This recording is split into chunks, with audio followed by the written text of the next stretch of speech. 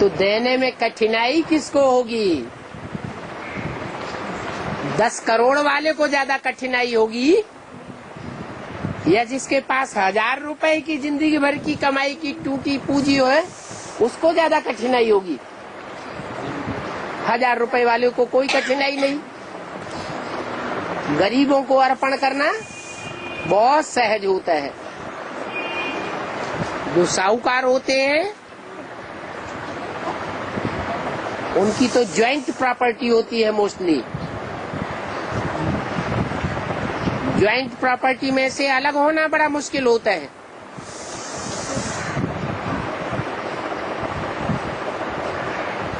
तो बताया कि बाप तो गरीब निवाज है, गरीबों को आकर के विश्व की बादशाही देते हैं। उन तथाकथित ब्रह्मा कुमार ब्राह्मणों ने समझ लिया कि बाबा ने आकर दादा लेखराज को विश्व की बादशाही दे दी। फिर तो भगवान झूठा साबित हो जाता है।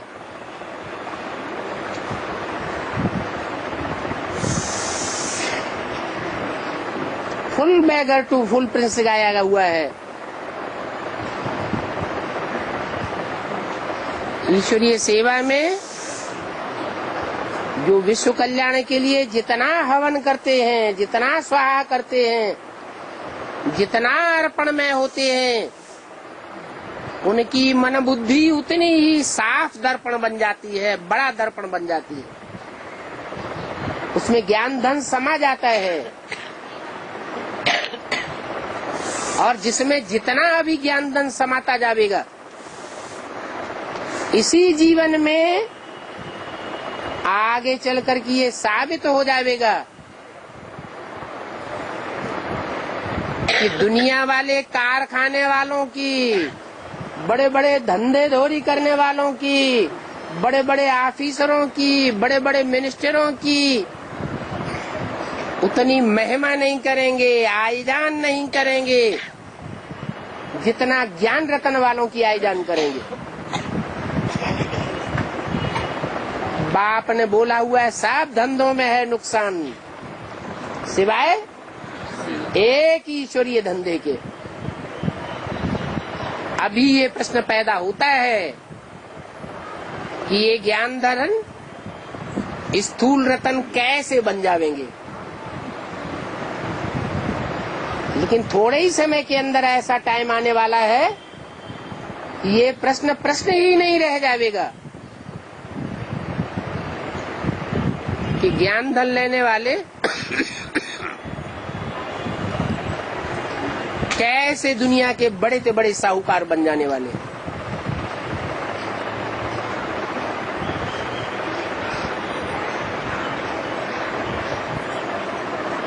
और बाप ने तो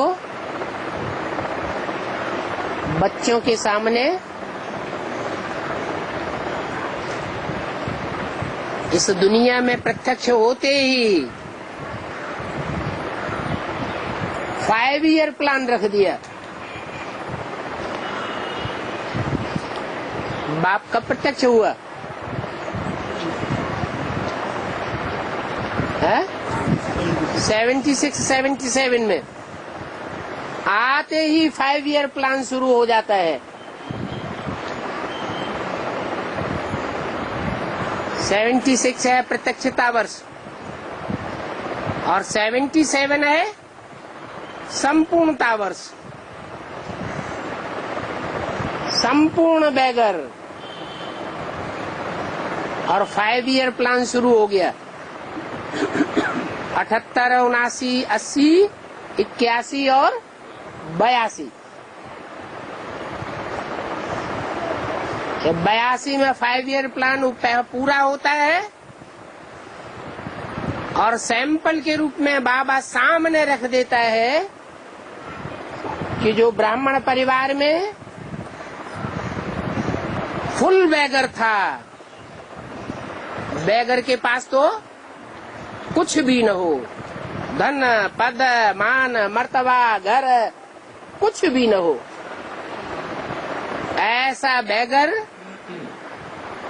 जो सैंपल में भी बैगर, और 5 वर्ष के बाद फुल बैगर से ऐसा प्रिंस बन जाता है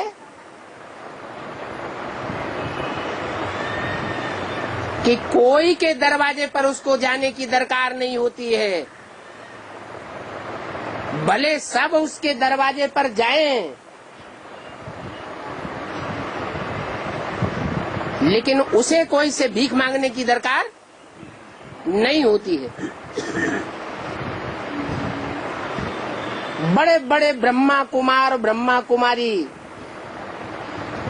जो अपन को बहुत बड़ा ज्ञानी समझते हैं, परंतु बाप को नहीं जानते,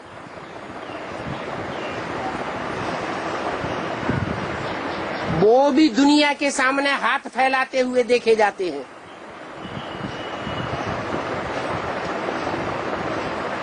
रॉयल रूप में भीख मांगते हुए देखे जाते हैं, परंतु बाप के ज्ञान रत्नों को धारण करने वाला बच्चा कोई से भीख मांग ही नहीं सकता। तो सैंपल सामने होते हुए भी ये प्रश्न पैदा हो जाता है, ये ज्ञान रतन स्थूल रतन कैसे बन जाएंगे?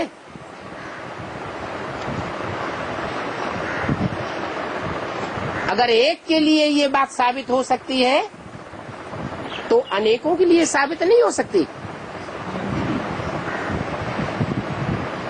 अनेकों के लिए भी साबित होने वाली है।